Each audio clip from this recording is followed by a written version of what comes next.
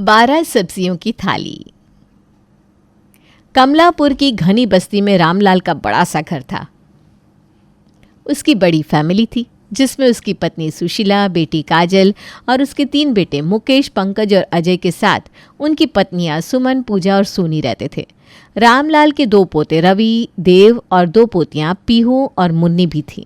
इतनी बड़ी फैमिली होने की वजह से घर में हर समय शोर होता रहता था और सुशीला ने अपने घर के खाने का दिनों के हिसाब से मेनू भी बना रखा था, जिसमें सुबह का नाश्ता और दोपहर का हल्का खाना होता, तो वहीं रात के खाने में 12 अलग अलग सब्जियां होती थी, जिसमें सबकी मनपसंद दालें, आलू, मटर, गोभी, रायता, सलाद, पुलाव, पनीर, बेसन की सब्जी, जीरा आलू, प्लेन सब्जी और मसालेदार सब्जियां रहती थी।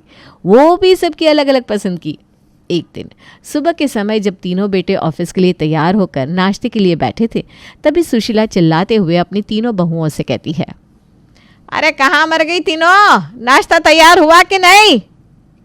ये लो आ गई आवाज़ मम्मी जी की, इसीलिए मैं सबको जल्दी करने के लिए बोल रही थी। अरे कोई बात नहीं दीदी, नाश्ता तैयार ही है, बस 5 मिनट लगेंगे। 5 मिनट में तो मम्मी जी हमारी खटिया खड़ी कर देंगी। अब ज़्यादा बातें ना बनाओ, दोनों जल्दी नाश्ता लेकर चलो। इन महारानियों को अभी तक मेरी आवाज़ नहीं गई क्या? सबसे बस नौटंकी करवा लो, काम नहीं होता किसी से। तभी तीनों बहुएं हाथों में नाश्ता और चाय लेकर आती है और सबको नाश्ता देती है। सुमन, मैंने तुमसे क्या रखा है, मेरे आने से पहले यहाँ नाश्ता रेडी रखा करो। ये बात तुमको समझ में नहीं आती क्या? भैया सही कह रहे भाभी, अब 3 लोग मिलकर भी काम जल्दी नहीं निपटा पाते हो। देवर जी, बातें बनाने और खाने बनाने में बहुत फ़र्क होता है, समझे? रहने दो दीदी, जिस दिन ये लोग खाना बनाएंगे उस दिन इनको आटे दाल का भाव खुद पता चल जाएगा। चुप! तीनों खड़ी ससुर के सामने पटर पटर जुबान चला रही हो, शर्म बेच खाई है क्या? अरे जाने दो सुशीला, सुबह हुई नहीं कि घर में महाभारत शुरू करते थे ये सब। पापा, वैसे घर में महाभारत तो भाभीयों की हरकतों की वजह से होती है। चुप कर काजल, अपने कॉलेज जा और तुम सभी अपने अपने ऑफिस निकलो। अभी तो बहुत देर हो रही थी सबको, अब यहाँ बैठकर टाइम पास कर रहे हो। रामलाल के सुनाने के बाद सब अपने अपने काम पर चले जाते हैं और सुशीला बहुओं को रात की सब्जियों के पैसे देकर बाजार भेज देती है और खुद पोते पोतियों के साथ बैठकर उन्हें खिलाने लगती है। बहुएं अपना अपना थैला लेकर घर से बाजार की तरफ बातें करते हुए जाने लगती है। पता नहीं मम्मी जी को हमसे क्या दिक्कत है, हम सबके इतना मेहनत करने के बाद भी हमेशा हमको सुनाती है। तभी सुमन को रास्ते में गोलगप्पे का ठेला नजर आता है। वो तुरंत उन दोनों से कहती है, अरे छोड़ना मम्मी जी का, ये तो उनका रोज़ का है। ये बताओ, तुम दोनों गोलगप्पे खाओगी क्या? अरे ये भी कोई पूछने की बात है दीदी, चलो ना। अब वो तीनों मज़े से गोलगप्पे खाती हैं। उसके बाद मार्केट से ताज़ी ताज़ी सब्जियां चुनकर खरीद रही होती है। तभी एक दुकानदार उनसे पूछता है, अरे भाभी जी, आपके घर में रोज़ रोज़ दावत होती है क्या? नहीं तो भैया, क्यों, क्या हुआ? नहीं, मैं बस इसलिए पूछ रहा था क्योंकि आप तीनों रोज़ थैला भरकर सब्जियां ले जाती हो ना। भैया, हमारे घर का खाना किसी दावत से कम नहीं है। रोज़ 12 तरह की सब्जियां खाते हैं हमारे घर वाले। क्या 12 तरह की सब्जियां बनाते हैं आप लोग, वो भी रोज़? अरे चौंक मत बबलू, ये अपने बाबूजी की बहू है। अच्छा बाबूजी की, तब तो क्या ही कहना है। माफ़ करना भाभी, मैंने आपको पहचाना नहीं। अरे वाह दीदी, पापा जी तो पूरे मोहल्ले में मशहूर लगते हैं। होंगे, इतना बड़ा परिवार पूरे शहर में ढूंढे ना मिले। इन सब के लिए तो हम सब 8वां अजूबा होंगे। सुमन की बात सुनकर पूजा और सोनी ठहाके लगाकर हंसती है। फिर पूजा सबसे कहती है, दीदी मैंने आलू, गोभी, पालक, मटर, टमाटर, पनीर, शिमला मिर्ची, कटहल, कद्दू ये सब ले लिया है। और कुछ लेना है क्या? अरे बस सही, आज का हो जाएगा, कल के लिए तो फिर से आना ही पड़ेगा ना। लेकिन दीदी सब मिलाकर अभी 9 सब्जियाँ ही हुई हैं। अरे मेरी माँ, तू अपना ज़्यादा दिमाग ना लगा, दालें भी तो है ना, हो जाएगा। चल अब, वरना मम्मी जी फिर कहेंगी सैर करने निकल गई थी क्या। चलो दीदी, वैसे भी मुन्नी अब तक रोने लगी होगी।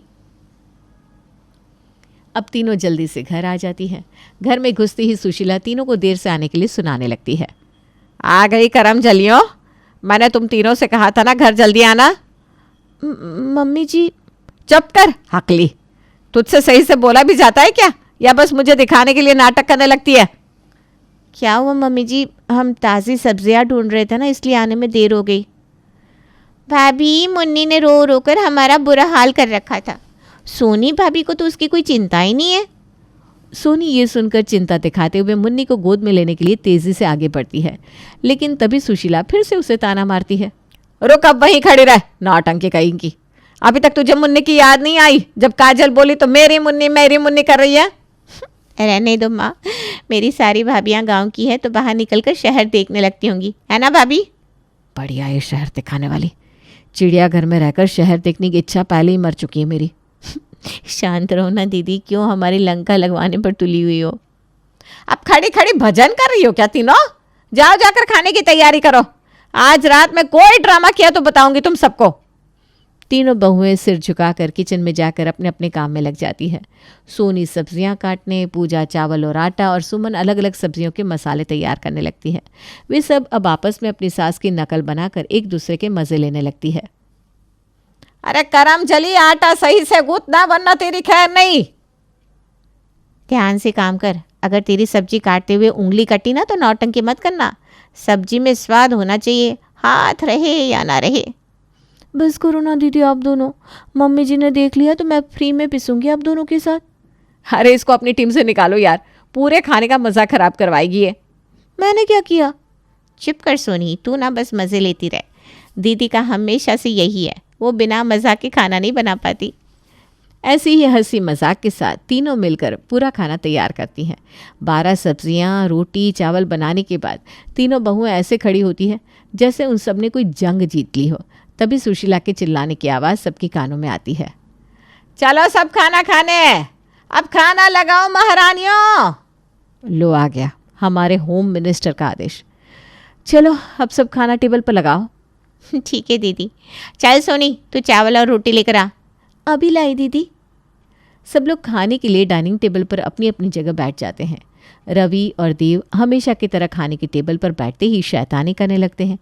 वो दोनों एक दूसरे की थाली में हाथ डालना, चम्मच बजाना और बीच बीच में हंसकर गिर पड़ना, ये सब देखकर सुशीला का पारा चढ़ जाता है। ओए रवि देव, ये खाने की थाली है कि तुम्हारे बाप का खेल का मैदान? दादी मैदान होता तो हम फुटबॉल भी खेल लेते। हाँ दादी, कम से कम गोल मारने का मौका तो मिलता। अबे ससुर के छोरो, गोल मारने का इतना ही शौक है तो जाकर खेत जोतो, वहां पूरा ग्राउंड मिलेगा। दादी हमें खेत में बैल बना दोगी? हाँ दादी, बैल बन जाएंगे, लेकिन कम से कम मम्मी से हल तो नहीं खिंचवाएंगे। हाय राम, कोई इनको रोको नहीं तो आज मेरी रोटियां बर्बाद हो जाएंगी। अरे जान है विदेश सुशीला, बच्चे हैं। हाँ हाँ, आप तो बस इनके बचाव में लगे रहो, इन्हीं के पीछे घर का बजट बिगड़ रहा है। माँ, जब हम छोटे थे तब आपने हमें भी इतना नहीं डांटा था। अरे चुड़ैल, तू कौन सा कम थी, तेरा तो बखत ही बदल गया। चलो जल्दी खाना खाओ वरना ठंडा हो जाएगा। अरे मेरी मटर पनीर और आलू की सब्जी कहाँ है? बहू, मुझे तो तुम कम मसाले वाली सब्जी परोसना, आज मेरा पेट ठीक नहीं लग रहा। अरे तो खाना मत खाओ ना, पेट ठीक नहीं है पर खाना भरने में कोई कमी नहीं। भाभी आपने आज हलवा क्यों नहीं बनाया? सब खाना यहीं रखा है, थोड़ा शांत बैठे सब तो हम सबको आराम से परोसते। देव रवि, अब बहुत हुआ खेल, शांति से बैठ जाओ वरना एक एक लगाऊंगी तुम दोनों को। अब सब शांत होकर खाना खाते हैं। अगले दिन घर में मुन्नी के लिए पूजा रखी गई थी। सबका ये मानना था कि पूजा कराने से मुन्नी को नज़र नहीं लगेगी और घर में थोड़ी शांति बनी रहेगी, लेकिन सुशीला के तानों से वहाँ भी कोई नहीं बच सका। अरे करम जली बहुओं, ये क्या तमाशा लगा रखा है? पूजा का सामान सही से रखा कि नहीं? हाँ मम्मी जी, सब हो गया। लो मम्मी जी, पंडित जी भी आ गए। और फूल माला सब कुछ तैयार है मम्मी जी। माँ, मुझे ना ये पूजा नहीं दंगल लग रहा है। बस करो सुशीला, पूजा में भी लड़ाई। अजी छोड़िए, इन तीनों के नखरे से तो भगवान भी तंग आ जाए। भगवान भी? मम्मी जी आप हो तो भगवान को भी ताने मार दो। सच में भगवान भी कहेंगे, भैया हमें अपने धाम बुला लो, यहाँ रहने से तो अच्छा है। दीदी धीरे बोलो ना, मम्मी जी नाराज़ हो जाएंगी। हाँ भाभी, अगर माँ नाराज़ हो जाएंगी ना तो कल से 13 तरह की सब्जियाँ बनानी पड़ेंगी। अरे पूजा हो जाने दो, कौन सी बहुएं भाग रही हैं, काम बाद में हो जाएगा। पूजा खत्म होती ही घर में पड़ोसी विमलेश आ गया। वो बहुओं को ऐसे मन लगाकर काम करते हुए देखकर खुश होकर बोला, रामलाल भैया, तुम सच में बहुत भाग्यशाली हो। अरे भाई, मुझे ही पता नहीं, वो भला कैसे? अरे आपकी बहुएं बहुत मेहनती है, 12 तरह की सब्जियां बनाना भाई कमाल है। ये तुमने सही कहा विमलेश, हमारी बहुएं तो पूरे घर की शान है। हाँ हाँ, बड़ी शान है। पूछो इनसे, मेरा भी कभी मान रखा है क्या? नहीं नहीं भाभी जी, आप बहुत अच्छी हैं, तभी तो घर जोड़ कर रखा है। थोड़ी देर बाद बाहर निकलते ही विमलेश पड़ोसियों से फुसफुसाने लगा। अरे भाई क्या बताऊं, रामलाल की बहुएं तो दिन भर पीसती रहती हैं। मैंने भी सुना है, बेचारी दिन भर काम करती है, ऊपर से सास की गालियां भी खाती है। ये सुशीला भी तो बड़ी तेज है, बहुओं को चैन से बैठने नहीं देती। सच में ऐसा लगता है कोई गुलाम रख रखा है। रामलाल घर के अंदर बैठकर खुश था कि उसके मोहल्ले में उसकी तारीफ हो रही होगी, जबकि बाहर उसकी बदनामी हो रही थी। उधर काजल कॉलेज गई तो उसकी दोस्त रूबी को पता चला कि उसके घर पर रोज 12 तरह की सब्जियां बनती है। अरे वाह काजल, तब तो तू रोज दावत का मजा घर में ही लेती होगी। हाँ हाँ, सो तो है। आज रात ना मैं तुम्हारे घर डिनर करूंगी। सच में? लेकिन रोज़ तो ऐसा ही खाना बनता है। अरे यही तो खास बात है, मैं ट्राई करना चाहती हूँ। शाम को रूबी काजल के साथ घर डिनर करने आई। बहुओं ने खुशी से सबके लिए खाना परोसा। वाह, इतनी सारी सब्जियाँ। हाँ, लेकिन तुम्हें जो पसंद है वही खाना। मुझे बैंगन पसंद नहीं, लौकी भी नहीं, कद्दू भी नहीं। तो बोल ना बहुओं से, तेरे लिए रोटी चटनी बनवा दूँ क्या? नहीं नहीं आंटी जी, मैं दाल खा लूँगी। अब समझ में आया, 12 सब्जियाँ बनाना आसान नहीं। हाँ, रोज़ यही तो होता है। अब अगर कोई पूछे कि तुम लोगों के घर में क्या खास है तो बोल देना सब्जियों की दुकान है। सही कहा बहू। सच में रोज़ रोज़ 12 सब्जियां खाना भी कोई आसान काम नहीं है। रूबी खाना खाकर अपने घर चली गई।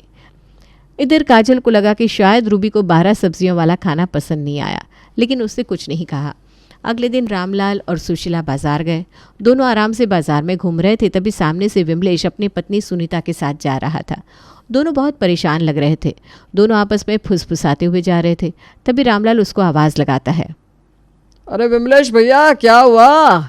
ऐसे मुंह लटकाए कहाँ जा रहे हो भैया?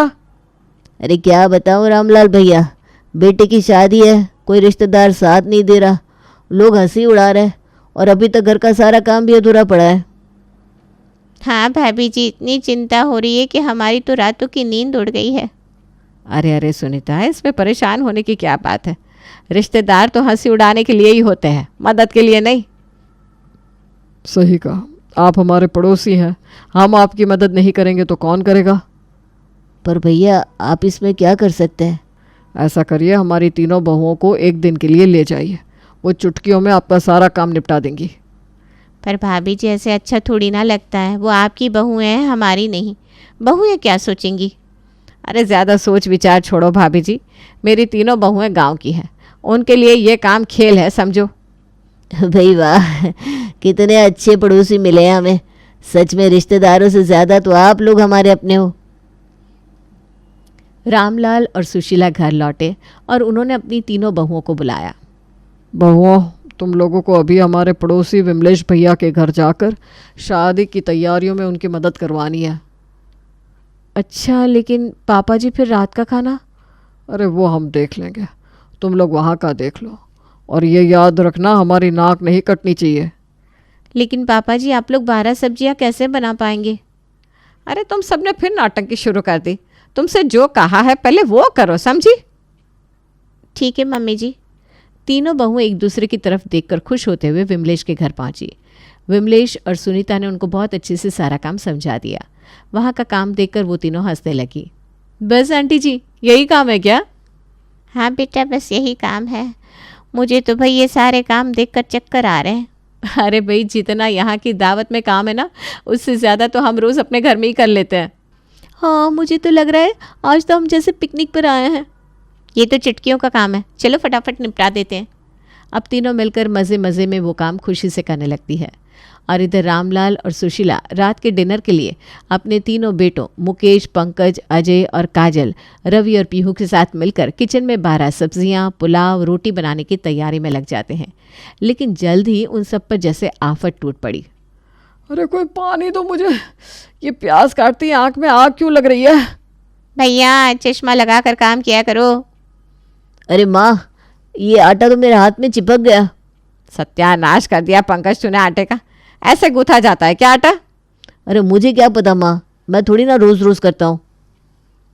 भैया तुमने पानी कितना डाला था? बस आधा बाल्टी। भैया हम सबको इस आटे से रोटी बनाकर खानी थी, डायरेक्ट आटा घोल कर नहीं पीना था। हाय राम, आटा गूथ रहे हो या दल दल बना रहे हो? छोड़ इसे नालायक, मैं ठीक करती हूँ। सत्यानाश कर दिया आटे का। दादी नमक नहीं मिल रहा। कोई बात नहीं, ये रहा सफ़ेद डब्बा, इसमें नमक होगा, डाल दे इसे। रवि अब नमक की जगह पिसी हुई चीनी को नमक समझकर सब्जी में डाल देता है।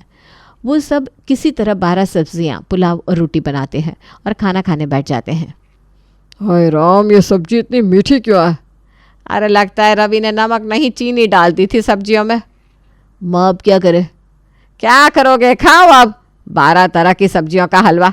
वैसे भी आज के मेनू में हलवा था जो हम सब मिलकर नहीं बना पाए। चलो आज हलवे में भी वैरायटी मिल गई। दादी ये रोटियां तो जल गई हैं, इन्हें कैसे खाऊं? हे भगवान, हमने बहुओं को दूसरे घर भेजकर अपना ही सत्यानाश कर लिया। अब तुम सबको पता चला होगा कि बहुएं कितनी मेहनत करती है। वो 3 होकर भी सब अच्छे से कर लेती है और हम लोग 8 मिलकर भी एक सब्जी ढंग की नहीं बना पाए। अब किसी तरह खाना बनाकर तो खा लिया, पर कोई सब्जी जली हुई थी, कोई बेस्वाद। खाना खाने के बाद सबने कसम खाई कि दोबारा कभी किसी खाने में कमी नहीं निकालेंगे। भाई हमसे नहीं होगा रोज़ 12 सब्जियां बनाना। पता नहीं तीनों भाभी ये कैसे कर लेती हैं। सच कहा, हमारी तो एक दिन में ही जान निकल गई। और हम सब रोज़ भाभीयों के खाने में कमी निकालते थे, जबकि वो कितने मन से अच्छा खाना बनाती है। तभी दरवाजे की घंटी बजी और तीनों बहुएं घर लौट आई। उन्होंने देखा कि पूरा घर तहस नहस पड़ा था और सब लोग सुबह के 4 बजे खाना खाकर बैठे थे। बहुओं, अब अपनी रसोई तुम खुद संभालो भाई, हमसे नहीं होगा। सुशीला अपनी जगह से उठी और उसने गुस्से में जाकर किचन के बाहर लगे मेनू को फाड़ दिया। ये देखकर तीनों बहुएं चौंक गई। और ये मम्मी जी को क्या हुआ? आज से इस घर में सिर्फ 4 से 5 सब्जियां बनेंगी। 12 सब्जियों का झंझट खत्म। ये सुनकर सब खुशी से तालियां बजाने लगे। तीनों बहुएं इस बात से बहुत खुश हुई और इस तरह घर में शांति लौट आई और 12 सब्जियों का आतंक हमेशा के लिए खत्म हो गया।